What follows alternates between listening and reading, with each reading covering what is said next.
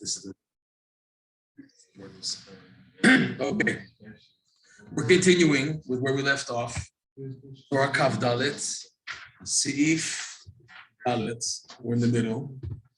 And before we continue, we're going to go a little into Rebbi Shimon bar Yochai, a little bit, not so much, as he relates to the rectification of Rebbi Akiva, okay, and his connection a little to Aaron HaKohen, because Rebbi Shimon bar Yochai passed away on Chai Iyar, which in the Sfira is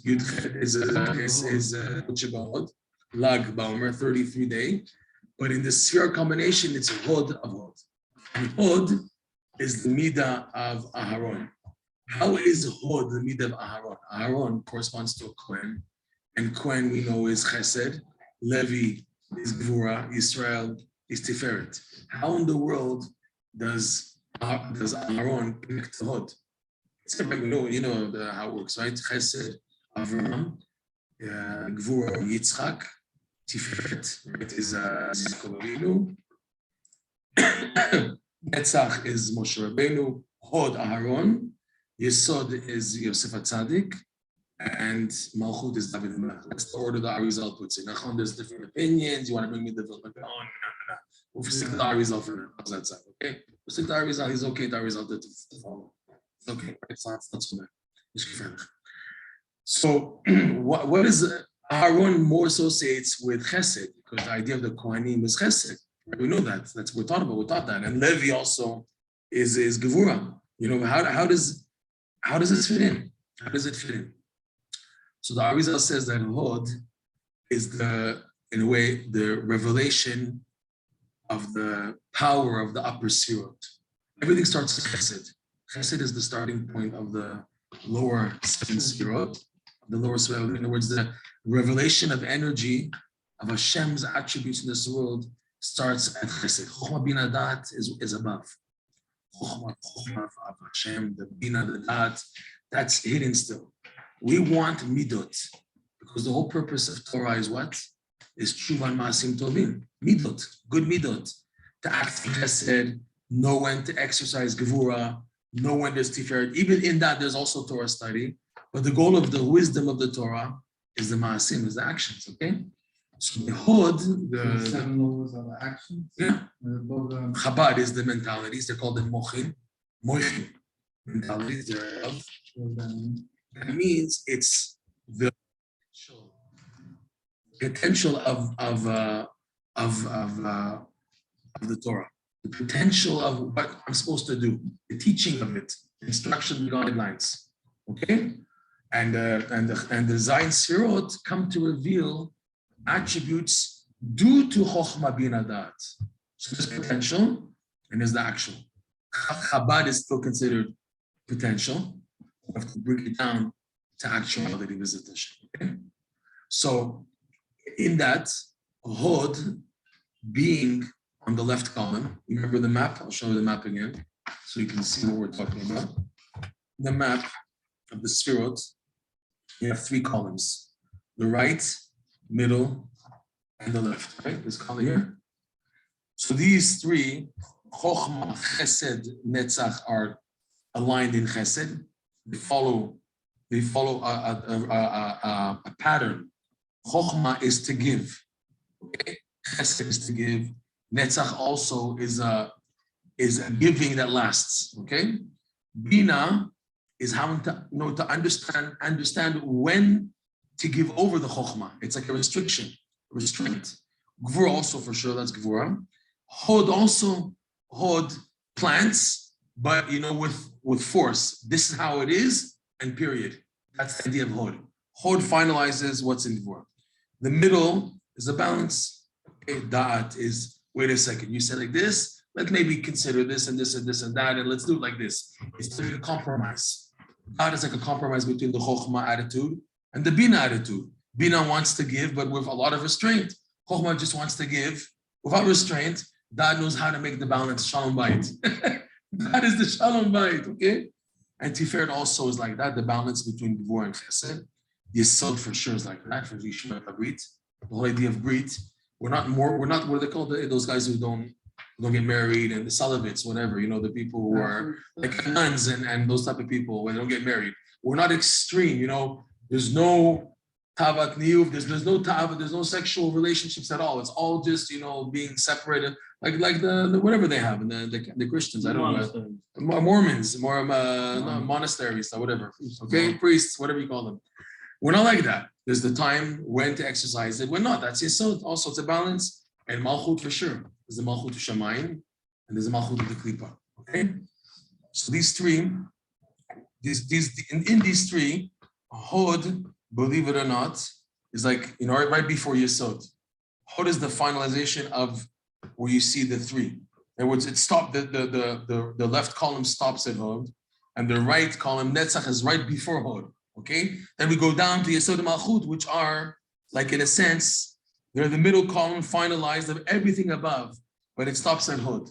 So Hod has a lot in defining and making a decision. This is where it's going to stop. Finally, before we give it over to Yesod, this is where it stops, and it's going to be like this. Hod puts like the final stamp. You get the issue, you get a permit. Okay, we got from the legislation and the governor and this and that. Okay, boom, boom, boom. Now the final guy who has his signature makes all the deal. That makes the deal go through. That's like Hod, okay? So Hod is associated a lot with Aharon. What's going on? So something's amazing about Aharon is that Aharon is the one given the schut of giving the Birkat Kohanim. We're going to get to Birkat Kohanim coming up in the lesson. You're going to see in the Sif, he goes into Vayisa Aharon et Yadav Vayvarachem. The idea of Aharon, from this pasuk, by the way, Vayisa Aharon et Yadav El Ha'am Vayvarachem, it's Parshat Shmini, after they just built the Mishkan on Rosh Chodesh Nisan. So it says there that Aharon, Rashi says, that Aharon did Birkat Kohanim. From this pasuk in Masechet Sota, they learn a few things. They learn that has to be done in Amidah, standing, Vayisa Aharon et Yadav El Ha'am. You can only do that by Yisa, it's elevated, you can do it standing up. Also, the idea of Birkat Kohanim being with extending the hands. A Kohen can't just say Baruch Hashem, it has to be with the hands. You need the hands. You learn it from this pasuk. What is the hands? We taught the hands are a transmitter of the blessings from the Shekhinah. The Shekhinah is the source of the brachot for sure. It's not the hands of Aaron. The hands of the Kohanim are the channels to bring the bracha from above down to the world. Okay? But you would think, why do I need the hands? If Hashem is like the Shekhinah, is the source of the bracha, and we need the Aaron for his blessing, why can't his words be enough? Why can't we have the Kohanim standing there and their speech be the channel? Speech is something very powerful. Prayer, tefillah, Torah, everything is speech. Let the speech be the channel of the bracha. Why do I need the hands also? What do the hands signify? The hands, amazingly, I think the Likutey Moharan says this in the Zohar, are like, in a way, a mechitza. It's like he's saying, stop. Hey, whoa. It's unbelievable. Okay? On one hand, it's bestowing, we're giving. At the same time, it's like stopping. Ad kan. What's the stopping here? What we spoke about earlier in this lesson. The only way to receive the infinite light is it has to be mate vela mate. It has to be in and out. It has to be running and a bounce back, a refraining. And it's in the bounce back that you perceive everything you're supposed to perceive. It's crazy. You think that's opposite. You advance, like you go to university. I go learn this, I learn, I pass the test, I get my degree. I'm just going up and up and up and up, and my level's higher now, my paycheck is higher, everything is higher. In Judaism, you think the same thing. To become a Rosh Hashiva, to become a Gadol Hador, he's learning, and that's what we're taught. That's the chinuch we're given. Every second you have, daven and learn. Okay, you're amassing chokhmah. You want the perceptions of Ein Sof? You want the real deal? You want what the Torah is for? There's a higher Torah. There's Torah dilatata, the Zohar says, and there's Torah dilaela. There's the lower Torah, which is the Torah that's revealed in this world. And there's the upper Torah, which only select few have the zchut to tap into. Even if you're learning Kabbalah and everything, who says you tapped into Torah dilaela? Things that are written in a book and it's just like going to learn, have a course. Fine, that's just chokhmah, that's just absorbing wisdom. But there's the inner essence of the Torah, which doesn't come just through learning Torah. there's the Memchet Kinyanim.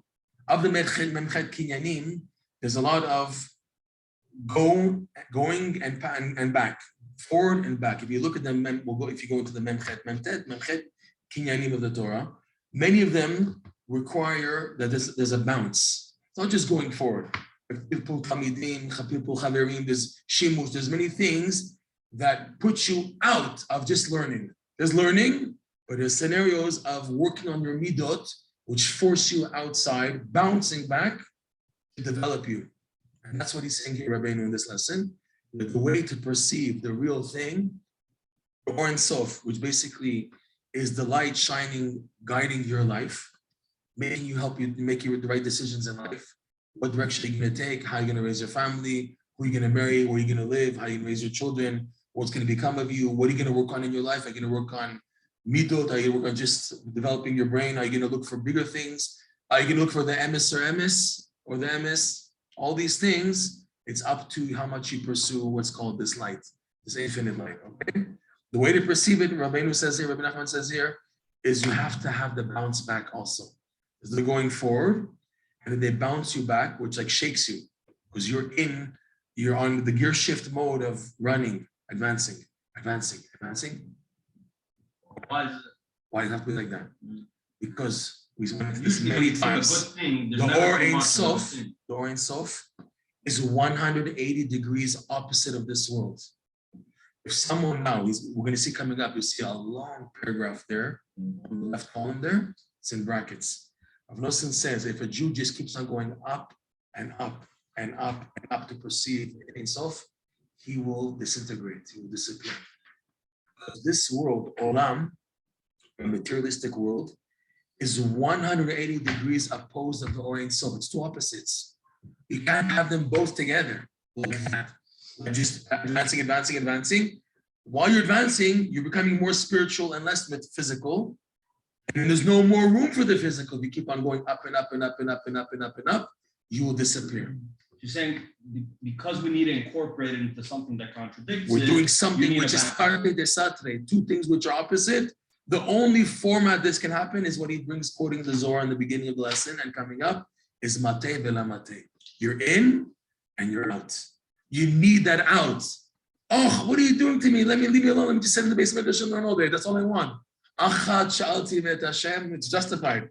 Ota Vakesh Shifti B'Vet Hashem Kol Yemei Chayai Lachazot B'Noam Hashem. So Hashem says, David HaMelech, you want in? Okay, we have to push you out. You have to go through Shaul HaMelech.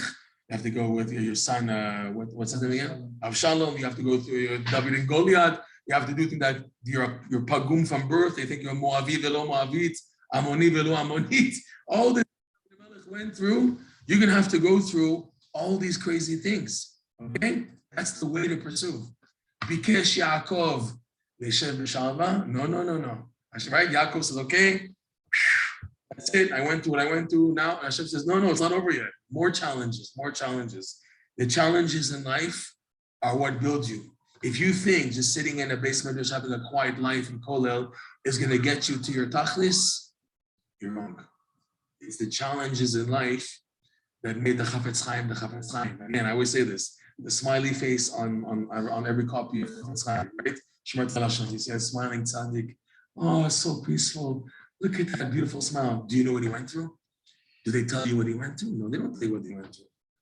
They write, on the other side of the cover of the book, his challenges, his issues, like that word, American word, his issues of Shalom Bayit, his issues of chinuch of the children, with parnasa, with health, with oni, with machloket.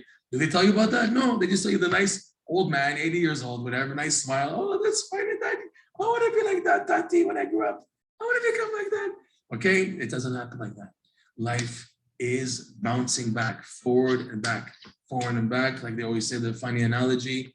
The heart rate, beep, beep, beep, beep, beep, beep, he's alive. Beep, he's dead. Right? When it's down, you need the ups and downs, because the downs is what builds the kalim, the vessels, to receive the infinite light. That's how it is. It's one thing to learn your Torah, and then it's to build the kalim. The Torah now will be a means to transmit to you the Or Ein Sof. Okay? Say what? We learned last time. Yeah, you it remind me. says that we only get the Rishima the end stuff. It says Right. It's still a Rishimu.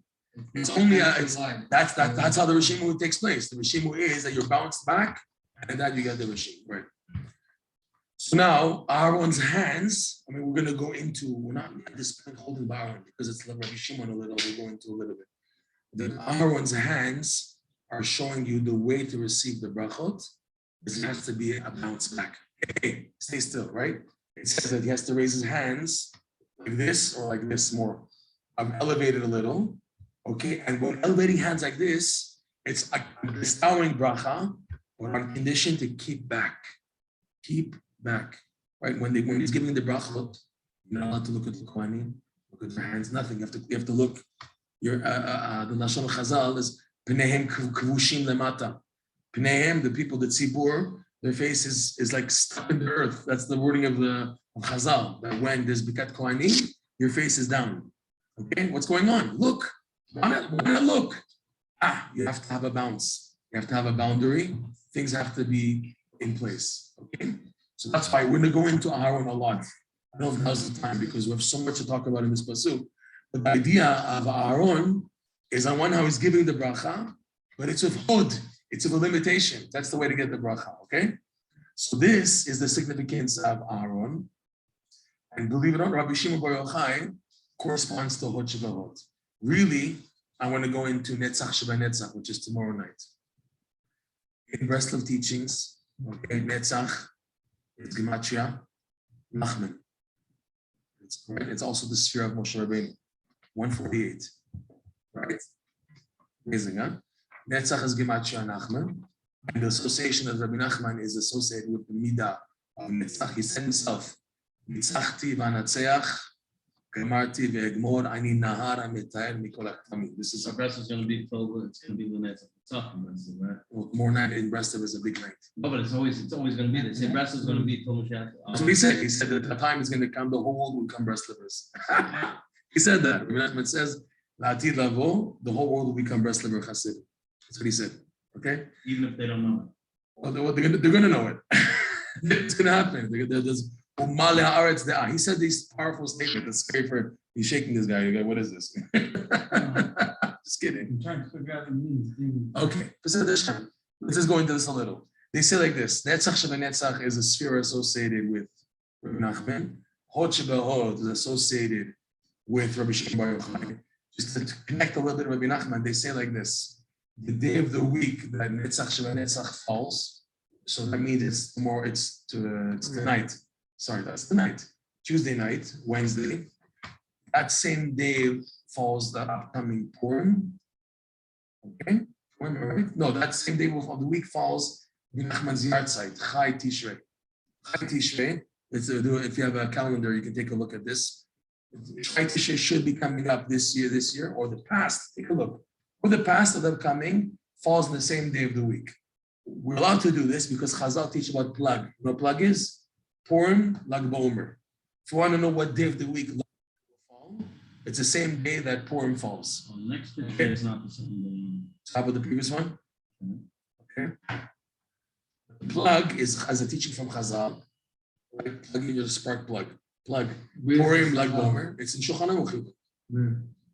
The simanim of the kviyat of the Malad in which Chodesh Mar. You said the Chai Tishrei should be the same day of the week as Netzach Sheba Netzach, so which means Wednesday. On Wednesday. So last I was on Friday.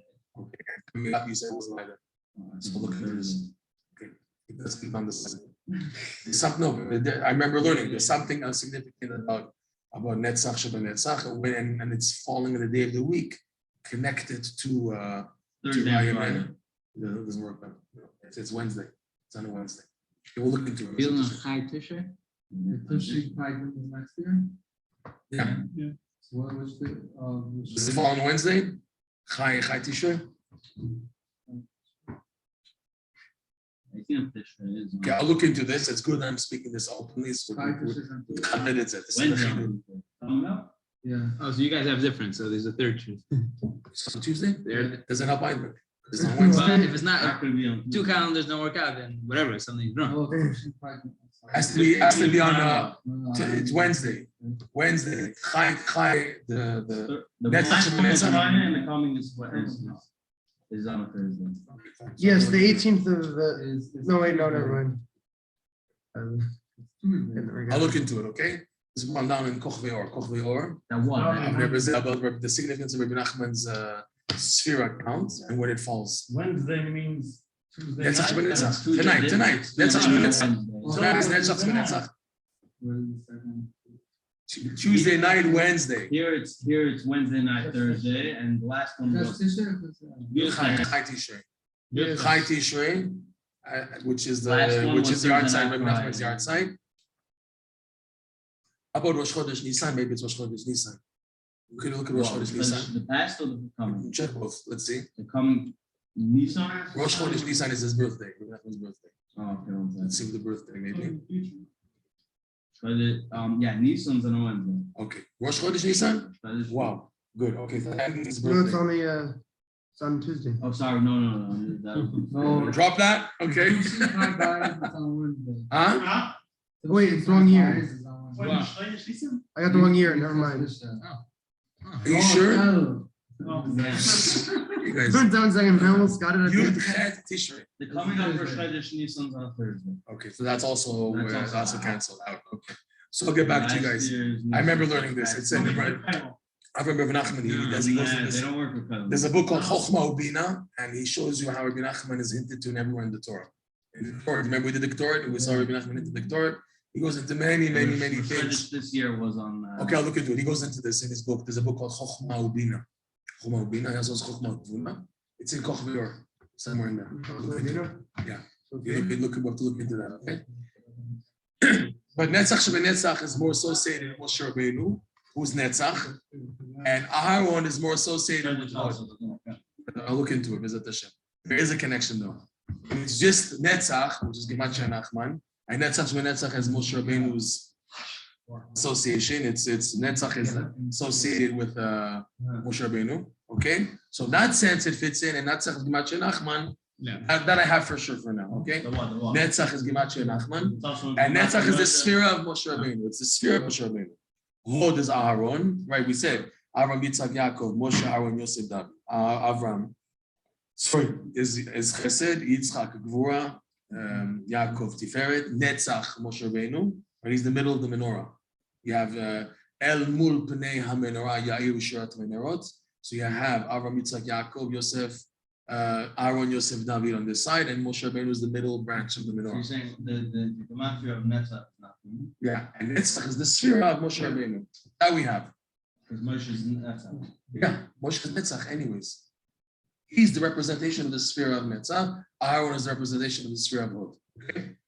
So, One second. So what's the last of Shahar is Aaron and Hod, what do you mean? We don't need to know that. The Arizal says clearly in the Azor that Hod is connected to Aaron. Even though he's doing Chesed, so we explain.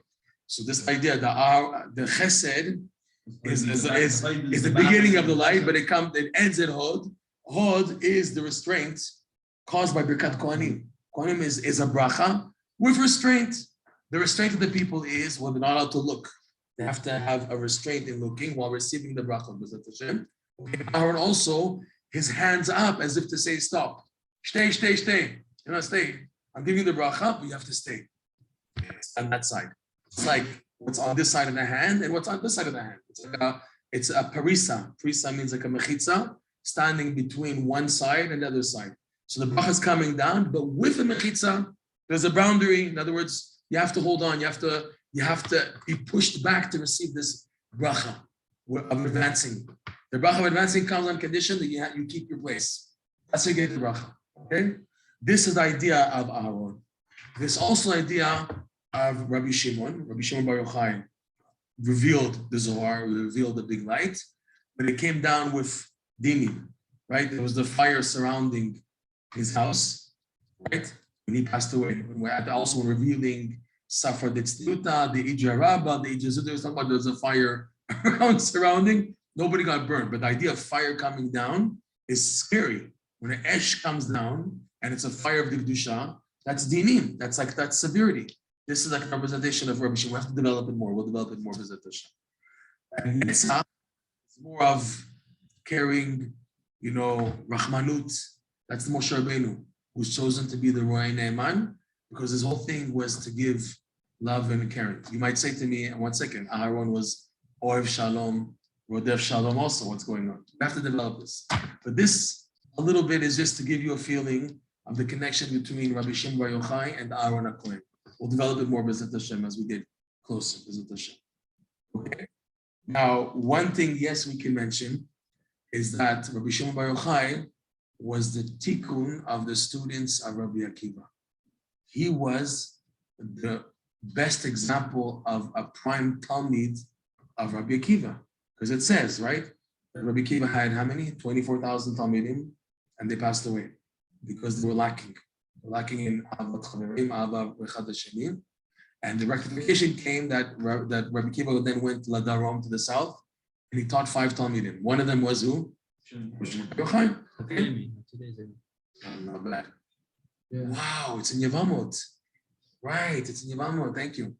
I remember that, right? So here you see Rebbi Shimon bar Yochai if he was able to stop the plague of the 24,000, if he stopped on that date, whatever, there's all people in the Cheshbon. When did they exactly stop passing on? Was it while Rebbi Shimon bar Yochai was alive? Was it out? It's not clear.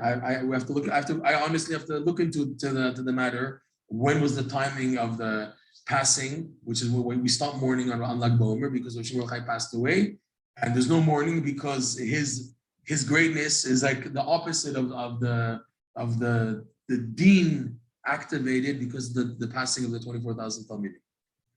The point is, he is an example of a good talmid of Rebbi Akiva. And who is Rebbi Akiva? Do you remember when into Rebbi Akiva? We went into him a little, right?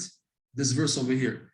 Torat Elokav b'libo lo tim'ad ashurav. Do you remember we went into this? We have to do it again, I guess. Or maybe we didn't. Maybe the share guys didn't come to. That's the whole thing, right? So this, okay, you know what? Let's say Rebbi Akiva. Let's go into the psukim now. And from here, we'll go into Rebbi Akiva. And then we'll go back to Rebbi Shimon bar Yochai. So look at this Torah. It's amazing how everything connects, by the way. It's amazing.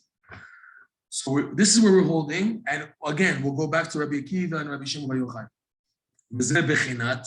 Torat Elokav b'libo. This is Chazar, by the way. We did this with the other guys. When you guys were away, we did this. In Seif Gimel, right? Torah Kav Dalet, Seif Gimel. Torat Elokav b'libo lo tim'ad ashura. Rabbi Nachman wants to prove now that when a person is zocher to do mitzvot b'simcha, and by doing that, he elevates the Shechina and the mitzvah that was trapped in the klipot, is able to pull it out, like what the Ktoret does. That's what the Ktoret does also. That's why I think Ktoret helps a person to be b'simcha, because they both have the same power. They have the power to take out the kedusha trapped in the evil, in the tumah, and to bring it out. So Ktoret does that. Doing mitzvot does that. So Ktoret equals simcha. Therefore, saying Ktoret also is mesugal to get you to be b'simcha b'ezrat Hashem. Okay? Once now you're able to extract the mitzvah that was trapped dormant in a person, in his neshama, in his life for so long, so now the mitzvah is on a roll. Okay, this can be compared to when a person, he was sleeping in his avodat Hashem. Here's the wake up call. Person was sleeping. Okay, and then all of a sudden he wakes up. You found something. What did you find? It says that the day that Lag BaOmer is always going to be on Chayir and Chayt Tishrei. Nothing but Netzach Netzach. And then it says Okay, so Lag BaOmer, I know. Peleg, Purim, Lag BaOmer, and Chayt Tishrei are the same. and Chayir. And Chayir. Yeah, Lag BaOmer. Oh, yeah. Right, okay. To put the strap. And Chayt Tishrei. Right, right. That was the whole thing. Put the strap. Okay, so when a person is sleeping and then he wakes up, so when he wakes up, I want to become a better Jew. I want to do everything properly. I want to have kosher the mahadrim. I want to wear a hat now. I want to have long payas. I want to have a long beard. I want to wear bekeshen. I want to start davening with a gartel. I want to start doing this. Person's on a roll. I want to start getting up at chatzot and start davening nets. Person's on a roll. Why is that happening? Because the mitzvah was so dormant by a person, and he finally got it out. So it has repercussions. It has effect. The person now is on a roll. This explains, for example, Baal Tshuvas, when they start on a big fire, it's because they woke up a mitzvah that was dormant, whether they caused it or an external force caused it, whatever, it woke up and now it's on a holech le'orer. It goes to get things, everything moving, okay? Also, someone who's not about Tshuva, someone who was born from, but, out of it, like that, I'm doing it as status quo from because everyone else is from, and everyone else is doing it, so I have to do it also, right? And then such a person wakes up to the real reality of his life. Why am I sleeping my life away? What am I doing? And the person begins to wake up. So again, it's on a roll. That's what he teaches here now. The mitzvah is now going to wake up. So Rabbi Nachman's first proof is this pasuk here. What it says here in Tehillim, chapter 37, Torah Elokav b'libo lo tim'ad ashurav. I went to this a few times already. I guess we'll go over again. Okay? He's reading it like this. Torah Elokav b'libo lo tim'ad ashurav. Because the Torah of the Lord, of Hashem, of the Lord of the person, the mitzvot, is up in his heart, which means he's elevated the mitzvah to the level of the heart. Natata simcha belibi. You remember? We said there's a difference between Vayitatsev el libo as opposed to belibo. Belibo, he brought a pasuk earlier. Natata simcha belibi. Hashem, you place simcha in my heart. In the heart is bina in the Kabbalah. That means the mitzvah is able now to go up towards bina. Okay? So he's saying here, when the Torah, the Torah, the instruction of Elokim, which is Rabbi Nachman's definition of mitzvot, he calls the mitzvah Torah Elokav, because what is a mitzvah? The mitzvah, the goal of a mitzvah, is to connect this world to Hashem. Mitzvah is a connector, tzvat. You're connecting what to what? You're connecting this physical dark world to Hashem. That's what a mitzvah does, okay? So because this world is the area of judgments, of dinim, of concealment, so then the name Elokim is associated with this world.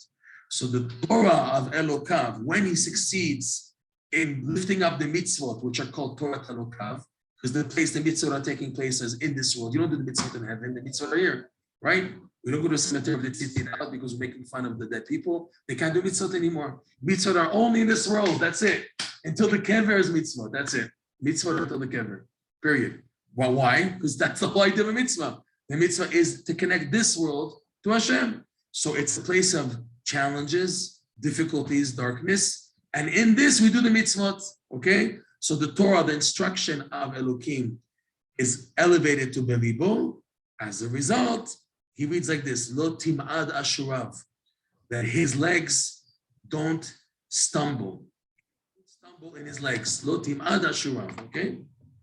So he goes on, Shehi olechet le'oler, that the legs are not ashurim. Ashurav is the legs. We're going to this. Why are the legs called ashurim? You know this? There's a midrash that says that the mitzvah are called ashurim because what type of a mitzvah does this? The mitzvah that a person does b'simcha. And he says, ashreinu. The mitzvah are called legs because it's ashray. Ashreinu can be able to do a mitzvah. So that's what he's saying. Lo tim'ad ashurav. The legs now are not stumbling. I've elevated I've reached the level of getting the legs moving. The mitzvah went up to the level of the legs because I'm doing the mitzvah b'simcha, and that's hinted to the word ashurav. That I'm saying ashreinu, I'm happy that I have the scope of doing a mitzvah. So simcha doing the mitzvah is hinted in the legs over here, ashurav, amazing, okay? So Rabbeinu is saying the seifa, lo tim'ad ashurav, is a result of the Reisha. I was able to do the mitzvot with joy. Belibo means joy, because the verse reads, Natata simcha belibi. So as a result, lo tim'ad ashurav. Shehi olechet le'oreh. Okay, this clear? Yeah, this is the pshat. Okay, now let's go a step further. I wanted to go so much to the next page because we went through this already 4 times already. This is the 4th time I'm doing it again. This Torah Elokav belibo. I see you guys didn't hear this, right? We didn't go into this at all. This is new for you guys. Okay. The Gemara in Moed Katan brings a story for Rebbi Akiva. Rebbi Akiva lost 2 children, 2 young boys, and big amounts of Jewish people, Am Yisrael, came to Nichum Avelim at the Levaya. The Levaya, hundreds, maybe thousands of people came because Rebbi Akiva was already famous. If you had 24,000 Talmidim, so you can imagine how famous he was. So the thousands of Jews came to console Rebbi Akiva. Rebbi Akiva stood on a bench at the Levaya, and he said to to the Jewish people, the Am Yisrael that came, he said, if I would have even lost 2 son-in-laws right now, I would have been consoled. What's he saying? What in the world does that mean? You know, the Mefarshim, they give all this to the Mefarshim. One makes the most sense. When a man has a son-in-law that passes away, it's more painful than losing a son. Why? Because, you know, we say, Salaman yetomim ve'almanot. Hashem, do for the sake of the orphans and the widows. We never say on the behalf of the widowers. Widows, why? It's a bigger loss to lose a father than to lose a mother. Why? Because the mother is there to give the pampering and the love and the care, okay? To make sure the child sprouts healthy and strong and everything. But who gives the hashkafa to the child? Who guides the child what to do? It's the father's job. The mitzvah chinuch and Talmud Torah and everything is from the father, okay? When that's taken away and there's no hajracha for a child, it's the biggest loss. So losing son-in-laws is more painful than losing a son. So he said, Rebbi Akiva, if I would have lost son-in-laws now, 2 son-in-laws, you heard this probably from last year. This you probably remember. Okay? So many of you came because Nichum Avelim is like visiting a sick person. Just like it says that when a person's sick, and every time somebody comes, they take away 1/60th of the sickness. So too, when a person has an Avel, the more people come to Menachem, they take away 1/60th of the Avelut, of the Tsar. It goes away. That's the idea of Nichum Avelim. Nichum Avelim, you're actually doing a consolation, you're doing a healing here. There's something good happening here. So Rebbi Akiva said, I have received consolation. Okay? And then he said like this, the Gemara says, you guys are coming to me. Why did you guys come to me now? If it's because I'm called Akiva, he said, there's many Akivas in the shuk. The Gemara says this. There's many Akivas in the shuk. What does that mean? There's many Akivas who are rich like me. That's what Rashi says there. There's many Akivas who are rich like me, so it's not because I'm wealthy. You guys are coming to me to console me, Nichum Avelim, because you hold of me this pasuk, Torat Elokav Belibo, the Torah of Hashem, of the Elokim, is in Rebbi Akiva's heart, and as a result, Lotim Ad Ashurav, his legs, Rashi says the children are called legs, right? Bre Kar'ed Avu, the son is like the leg of the father. So because you hold of me that I have the Torah of Elokim in my heart, my legs won't falter. I will have more Talmidim and more children. So that's why you're coming to me. So he says, that's the case. I have received consolation. You guys can all go back. What in the world is going on in this Gemara? Okay? Something amazing. This is a perush that brings in the name of the Or Zarua. This is a known thing in the poskim. The Or Zarua had a question, how do you write Akiva? With a hey at the end or an aleph? Nafkamina for what? Forget. Ktuba, get, whatever. Okay? How do you write Akiva? Normally we know how to write Akiva. An aleph, right? He felt that you could write it with a hey. So the Or Zarua says they came to him in a chalom and they revealed to him a pasuk that hints that Akiva is with a hey. What's the pasuk? It's funny. He wrote a sefer called Or Zarua. They revealed him the pasuk Or Zarua, La Tzadik, Ol Yishrei Lev Simcha. So Or, there's light shining to Sofet Tevot, Zarua Ayin, La Tzadik Kuf, Ol Yishrei Yud, Lev Bet Simcha, hey. Okay, Akiva with a hey. Believe it or not, that's in the Pshat. Rav Chaim Vital says the same thing. Rav Chaim Vital says that the Arizal says that Rebbi Akiva was hinted to in Sofei Tevot of this pasuk, or Zarua Latzadik. That's why on Leil Kippur we say it, and once the whole Kal says or Zarua Latzadik twice, right? We say it twice, 3 times. Wow, we think we say it twice. This Friday we say it twice. But the idea of saying on Yom Kippur to commemorate Rebbi Akiva, who passed away. He was killed on Yom Kippur. Rebbi Akiva was killed on Yom Kippur. We activate his zchut on Or Zarua La Tzadik Uri Sherev Simcha on the beginning of Yom Kippur to activate the memory of him passing away as a kapara. He was like the shpitz of the Asara Harugei Malchut, the 10 martyrs. He was the shpitz, Rebbi Akiva. He corresponded to the Shechina, believe it or not. Of the 10 brothers that were the Gilgulim. I don't know if you know about this. It says that the 10 Asar Harugei Malchut were Gilgulim of the brothers of Yosef. Okay, So Rebbi Akiva, where there's less than 10. How many are there? There's 9. Take away Binyamin, take away Yosef.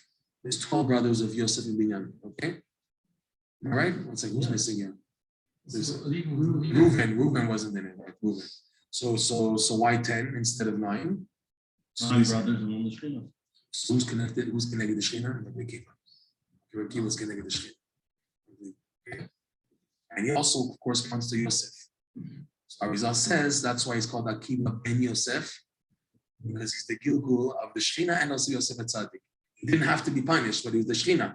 And in this case, which brother is he corresponding to that corresponds to the Shechina? Yosef Atzadik. Because Yosef Atzadik was able to bring the Shechina to Mitzrayim with his Kedusha, and that he stood up the test and became the viceroy of Paro. That means he brought Kedusha to Mitzrayim. He brought the Shechina to Mitzrayim. So in Kivyachol, he's the representation of the Shechina as Yosef. That's why he's called Akiva ben Yosef. Okay? This is amazing. There's a lot of depth in this Indian here. Should we go into it already? I don't know yet. Right? Because Rebbi Akiva is going to pop up again. Again, Rebbi Akiva is going to pop up. It comes up a few times, Rebbi Akiva in this lesson. Okay. But let's go back here. Let's go on at this point here. Rebbi Akiva was saying to them like this: if you think I'm Akiva with an aleph, there's many Akivas with an aleph. You hold of me, Akiva with a hey. What is the hey? The hey comes from which word? Uli Shreilev Simcha. Okay? So he said to the Jewish people, you hold about me, Torat Elokav Belibo. What's Belibo? Uli Shreilev Simcha. The Simcha is in his heart. Okay, got that? It's amazing. You hold of me that I'm Baal Simcha. Why is Am Yisrael coming to me? Because I'm Akiva with a hey, and the hey comes from Simcha. That I know how to do the mitzvot b'simcha. How do we know Rebbi Akiva knows how to do the mitzvot b'simcha? How did he die?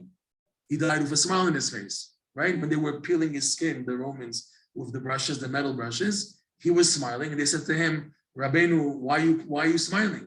He said, I waited my whole life to die on this, to do this mitzvah, to die in Kiddush Hashem. I'm not going to be happy now. And then also when Tudas Rufus gave the psak that he has to be killed, it says in the Midrash that he started to crack up. So you're cracking up in a courthouse, you should be crying and serious. He said, I'm so happy because I finally got to do this mitzvah b'simcha. I get to this mitzvah, I'm not going to be happy. So Rebbi Akiva is the representation of simcha, okay? Of a true Rebbe. Belibo. Belibo always is simcha, because the verse reads, Natata simcha belibi. Atzvut is what? Vayitatzev el libo. El libo is atzvut, because it's a distance. Belibo is always joy. Natata simcha belibi. So Rebbi Akiva held that Rebbi Akiva was telling the people, you hold that I'm a hey, which is the simcha, the hey of simcha, right? Udi shreilev simcha. There comes from that. So because Torah Elokav belibo, you guys hold of me that I'm someone, a master of doing the mitzvot b'simcha, and as a result, lo timad ashurav. That's why you guys came to me. Why are the Jewish people coming to Rebbi Akiva? Because his mitzvot were done with such simcha that they went to wake up everybody. So he woke up 24,000 Talmidim, okay? The problem was, even though he woke them up, there was a blemish between them. They died. So you can imagine when Rebbi Akiva lost 24,000 Talmidim, what did he begin to think? That I'm the problem. It's not them the problem. If I couldn't succeed in giving a Torah in a format that's lasting, that means I'm lacking in simcha.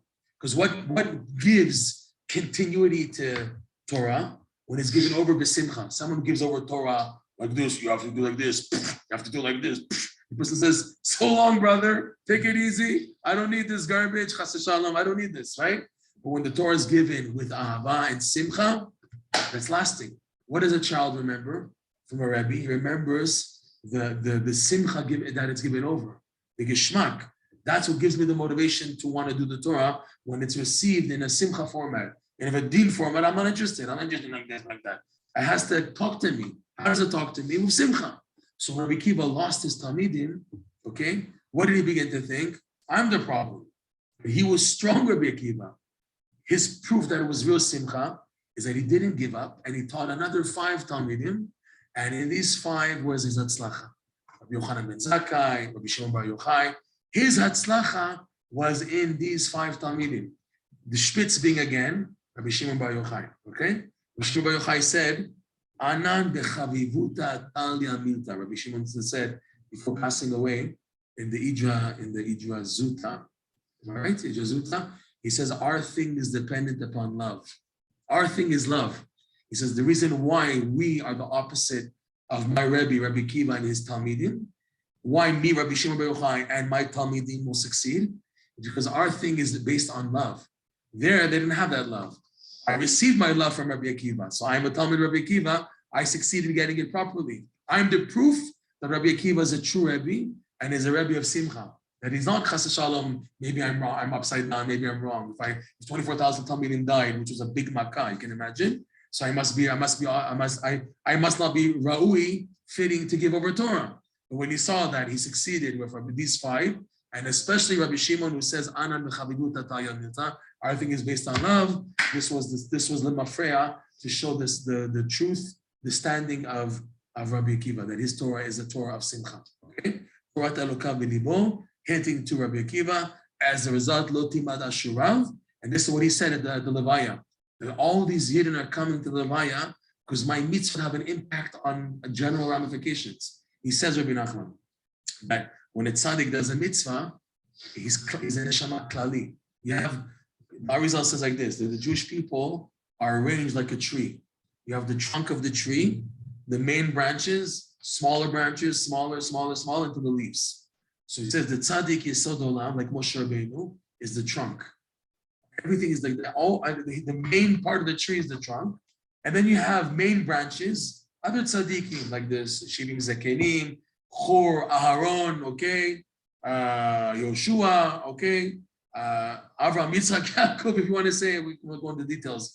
But the other branches are the lesser tzaddikim, and you get the lesser and lesser until the regular Pshutei Am. The regular Yidden are like the leaves, the twigs and the leaves at the end of the tree, okay? So that means when a tzaddik does something, and he's a tzaddik, he's a main branch, or he's the trunk, it has ramifications on all of Israel. When a tzaddik does a mitzvah, okay, he's doing the mitzvah like you are. But when he does it, it has ramifications of all the world. It goes everywhere. It goes shooting everywhere because it's like a trunk. It goes shooting everywhere, okay? So this idea that Rebbi Akiva was saying, so many Yidden got an arousal to come to do the mitzvah of Nichum Avelim because my mitzvah have power. Because you guys hold about me, and it's true. He was trying to justify it. Lo timad ashura. My legs won't squander, won't falter, won't fall, won't stumble, and the mitzvah has impact. Okay.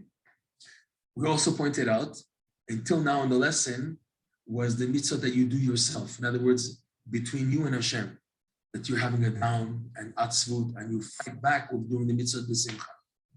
At this point, once you've done a mitzvah now, it has ramifications on the rest of the world. Now that's what he says. The mitzvah now goes to wake up. That's how it is. That if a Jew is matzliach in what he's doing, he can't now keep it to himself. The nature of something which is good is he has to spread it out. You can't keep it to yourself. You can't be a Jew just for yourself. If you are being matzliach in what you're doing and serving Hashem, it's your obligation now to spread it to others now. Start sharing it with other people. Okay? Each one has a different way of doing it. But the Torah, Torah and Kedusha is once you receive it, it's meant now to share. We're collective. Can't be, okay, I'm matzliach, I'm going to be the avrech guy in the kollel, and this tiny world and a whatever. Maximum starts writing down his chidushim, okay? And hopefully he gets to print the sefer and people get to learn the sefer. That's great. That's one way to do it. Another guy, it's everything is different. Everyone has a different format. How he goes out to Am Yisrael to get the world to wake up to serve Hashem, right? I think I told you guys, the Chafetz Chaim, when he was young, he once was in a shul in some city, and in the shul, people were talking, and he was a young bachur. He got on the bima, and he says, Rabbi Isai, it's asur to talk in the davening and this. They picked him up and they threw him out of the shul, okay? Past 50 years, and he became the Chafetz Chaim, Chafetz Chaim. He came to that same shul, and now they see him, the Chafetz Chaim. He's a Rosh Hashiva and a Rav and Mishnah Bura and everything. Wow. So they honor him and everything. And he told them exactly that. He says, I was here 50 years ago, and I told you guys not to talk during davening, and you guys kicked me out. Now I'm telling you, and you guys will listen to me, right? So I'm telling you, don't talk during the davening. They listen. Now they listen, right? Because you want to change the world, it starts with you. It starts with starting with you. So that's what Rabbeinu is saying here, that when you are stuck, okay, it's a sign from Hashem. He wants you to get out. That's why you're stuck in the first place. Hashem knows that you have it in you to get out of the atzvut, to get out of doing the mitzvah like a drag, to start getting awakened. Once this happens and you feel the light, you can't keep it to yourself anymore. It has to be shared. Because the nature of something good is it has to spread. It has to spread. Okay? So this is the tune here. We went off a lot. We'll continue Rebbi Shimon, Rebbi Akiva next week. That's automatic. All right? Whenever you do a mitzvah, it's automatic that it's fast.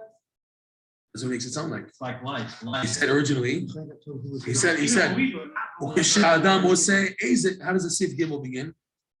We're in Sif Gimel, right? Ukeshadam will say, Eze mitzvah. And he didn't even say the besimcha. He said, when a man does any mitzvah, even if I didn't do besimcha, yesh koach da mitzvah lelech uleorer kol ha'olamot la'avodat Hashem yitbarach. It's amazing how we're stuck so long on the Sif. I thought Sif bed was tricky. We're stuck a long time on the Sif bed, but it's going slowly, visit Hashem. Okay, we'll stop here. Okay, I really wanted to continue on the next pasuk, Halichot Eli. Okay, but Visit Hashem will just one quick chidush. Okay, Rabbeinu he brings two psukim. Okay, it's the first pasuk we just went through. Period.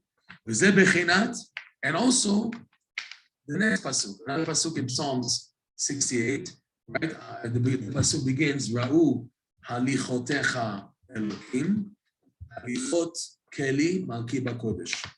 Rabbeinu takes just the seif of the pasuk, halichot eli malki bakodesh, and he says, Kishemalin malchut letoch hakdusha, which is the seifa, malki bakodesh. When I elevate the malchut, which is the mitzvah, which is the shechina, by doing the mitzvah of the simcha, I elevate the malchut into kedusha. When does malchut bakodesh, kishemalin malchut letoch kedusha? He malbeshet et halichot eli, the resha. Halichot eli, what's halichot eli? Halichot are the two legs, netzach and hod. Eli in the sfirot, kel corresponds to Yesod. Look at the map here quickly.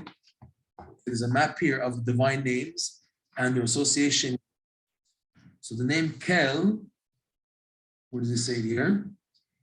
Kel is associated with Yesod.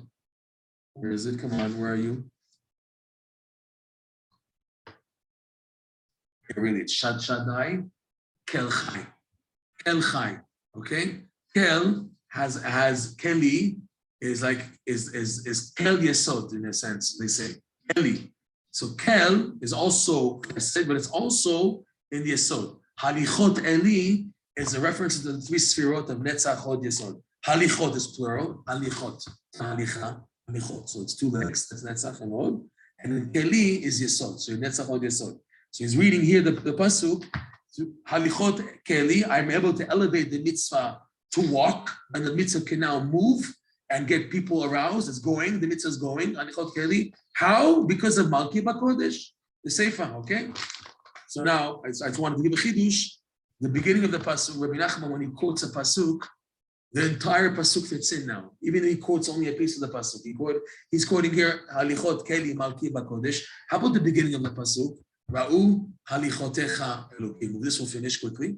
So, Ra'u Halichotecha Elokim, there's three chidushim here. Number one, that the pshat, what Rashi says, Samchet 68 goes on Yetziat Mitzrayim, Kriyat Yam Suf, Matan Torah, Har Sinai. Okay, so Ba'u Halichotecha Elokim. Rashi says, quoting the Midrash and Targum also, Am Yisrael saw Hashem how you split the Red Sea. It's as if Hashem was stamping into the sea.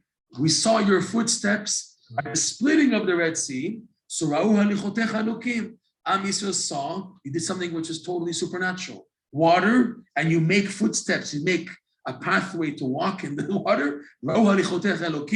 For sure, this is the result. So in our context, you see, he's telling you at the middle point, Halichot Keli is because of Malki Bakodesh. And what's before that? Malki Bakodesh means elevating the mitzvah, okay, into the Kedusha. How? We said, by doing the mitzvah b'simcha. And how do you be b'simcha?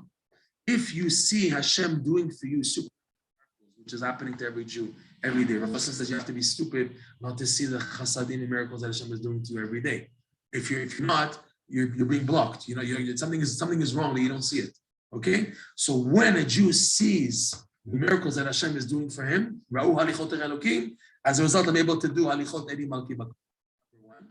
Number two, I know you're tired, man. I know, but this is a good chiddush. Ra'u halichotecha Elokim is a remiss to learning halacha. You hear this? The power of learning halacha is what? When a person does something wrong, what's his immediate tendency?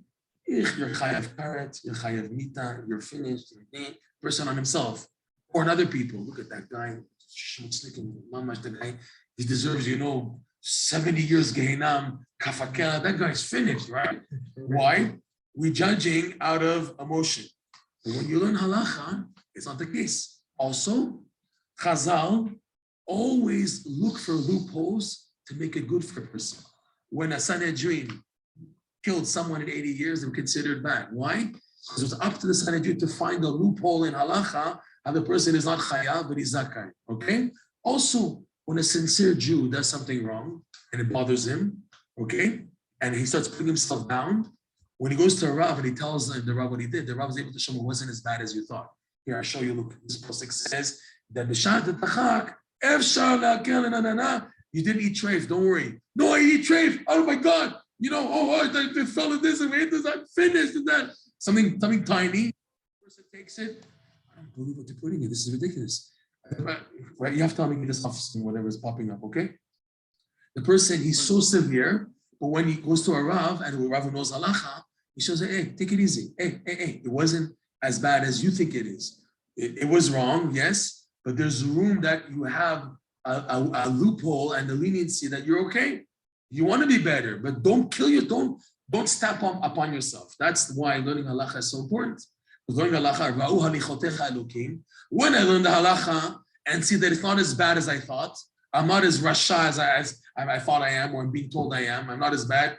Oh, my wife, she forgot to light 7 candles for Shabbos. She lit only 6. Oh, I'm finished. And that's not a good sign. We're going to lose children now. And it's about, they say you have to light candles according to the kids, and you don't go down. Oh, now she lit only 6 and not 7. I'm going to lose my children and that. Right? The person, calm down.